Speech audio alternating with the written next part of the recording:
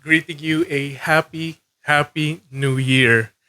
Alam nyo, every time that it's a new year for us all, it spells a lot of possible opportunities, a lot of good things for our work, our businesses, our entrepreneurial ventures, everything that we do, everything that we believe in.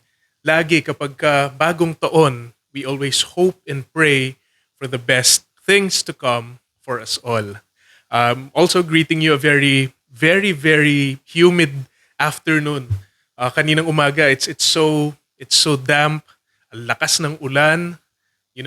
I'm here right now in our office, and I just wanna share something to you as we go along, and hopefully these kinds of thoughts will also inspire you and give you a little bit of a roadmap, so to speak, as we go along to or through this year. Well, I want to share a story about a young couple na nakilala ko before this before January. They went here in the office asking for advice, a little bit of coaching, I guess, because they are planning to open up a business in Cebu, and they're really planning to live there for the long term na, and they have this very interesting concept, a pastry business concept, no, na hindi ko muna ini-name drop. By the way, this is not sponsored. Ano. I just want to talk about them because their grit and intent in really sharing their creative juices to their possible market in Cebu. For me, it's very inspiring because it's always a joy for me to see couples, even especially couples who are really planning something for their future.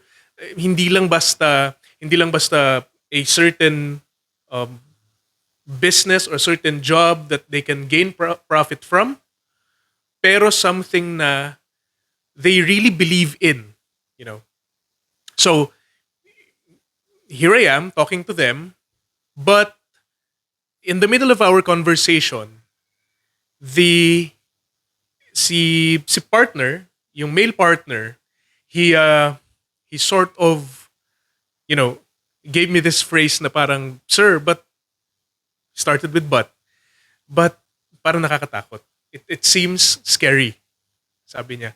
And then, you know, my normal nature asked him immediately, sabi ko, "Saan ka natatakot? Why are you scared? What are you scared about? What intimidates you?" Kasi sabi ko, it's just intimidation, but sige, can you please tell me saan ka ba natatakot? And then he shared, sabi niya, "Sir, natatakot ako kasi baka wala kami market doon." And then here I am, another nature of mine. Are you sure? I asked him, "Are you sure?" I asked them both actually. Let me answer that question with another question. Are you sure? How sure are you? Okay. So, and then they just smiled. Probably they also thought of it na, o nga naman ano. Gaano kami kasigurado na wala kami market doon? I mean, I told them that Cebu is Cebu. It's like the Manila of the South. And when it comes to market, for sure, sigurado ako as an entrepreneur, it's never true. There's always a market for you. And then they added, kasi sir, we will just be selling cookies.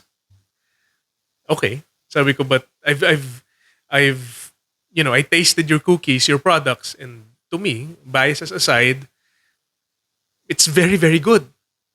You know, well, my point is, in starting a business, in starting an entrepreneurship or an entrepreneurial venture, rather, there's always this fear, there's always this hesitation and intimidation na baka wala ngang bumili sa products mo, walang mag-avail ng services mo.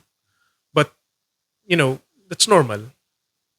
That's natural for entrepreneurs to really feel that way when they are starting. After all, sabi ko sa kanila, hindi pa naman kayo nagsimula. You know, it's like public speaking. It's like presenting something.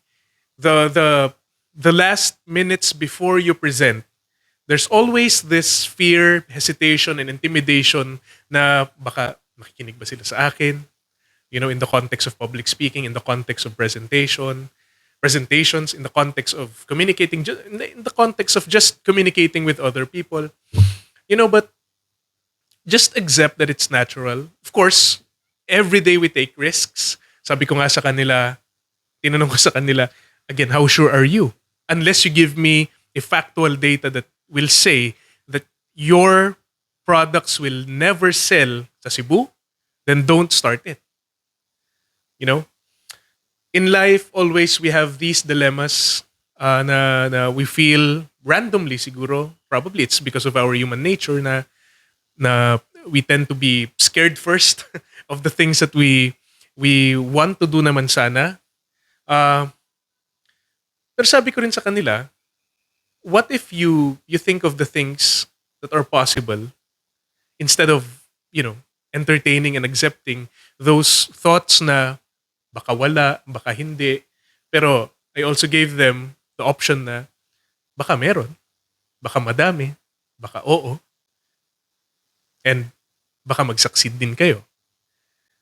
Okay? So, I think they're in Cebu now, and hopefully they are really decided to start na kasi when I before I parted ways with them, sabi ko, I will assume that you already decided kapag ka meron na tayong group chat. That's my first assignment with them, for them, I mean. So hopefully, they're already in the deciding stage of their business, of their entrepreneurial venture. Because as an entrepreneur, I don't just treat businesses as, you know, businesses. Not to really demean businesses, but to me, and most of you will agree also, my fellow entrepreneurs, that when you say business versus entrepreneurial venture, there's a very, very big difference between the two. You know, I just want to treat these kinds of things that we do as entrepreneurial ventures, no, more than businesses, because we are trying to solve issues and concerns in the society through our ventures, through our ideas that may seem, you know, odd at first, may seem strange at first to the general public. Pero what we have is the belief that just you know, try and start doing this and you'll be on the right track. And sabi ko din sa kanila, you know, I will be very, very proud na if you will decide to start it already once you reach Cebu. Okay, and then contact me.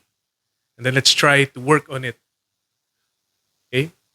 I think if you have an idea right now, any kind of idea that you want to convert into something that can be shared to our society right now, by the way, is struggling to have the best ideas that they're, you know, best ideas that they can have, that they can avail, that they can buy, or that, much better for me, that they can experience.